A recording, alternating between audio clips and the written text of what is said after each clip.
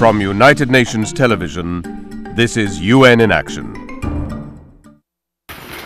Joseph Kanani lives on what appears to be an island, living as a squatter surrounded by farms that do not belong to him. He and his extended family are Batwa people, an indigenous minority in Burundi. Living in poor conditions in a village north of Burundi's capital, Bujumbura, Kanani says his family once owned land extending to the foothills, but all that is gone.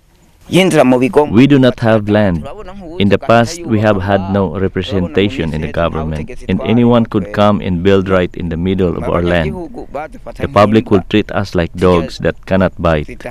Access to land in this tiny Central African country is the key to self-sufficiency and is seen as a source of power. Traditionally, the two main Bantu communities, the Hutus and Tutsi, were the dominant groups, and they remain so today.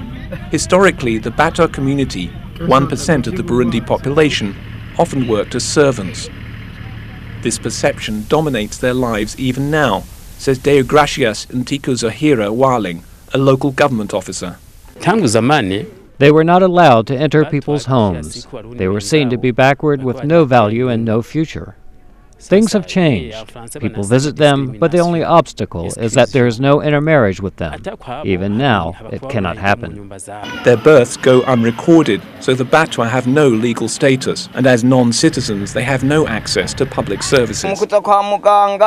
If I go to the doctor, they ask for our grandparents' identity cards so they can treat the child. With no land to cultivate, Kanani fends for his young family of 3 children by making bricks. He earns 45 US cents a day, barely enough for a day's meal.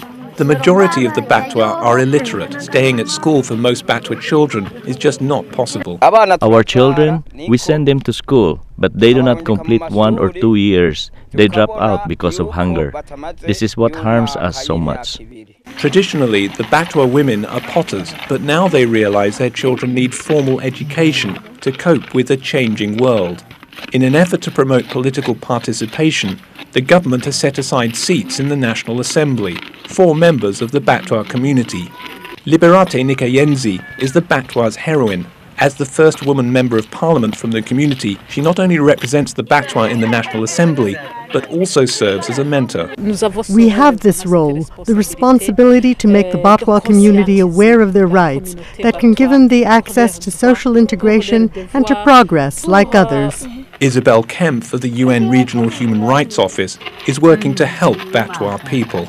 In the case of the Batwa, what we do is we create a fora for them so that they come together, strategize together, learn together about their rights, and then we provide them space and opportunities also that they lobby with their respective governments. It may take generations to change the living conditions of the Batwa, to transform mindsets and stereotypes that place them at the bottom of society. For Kanani, access to land and education are crucial for a better life.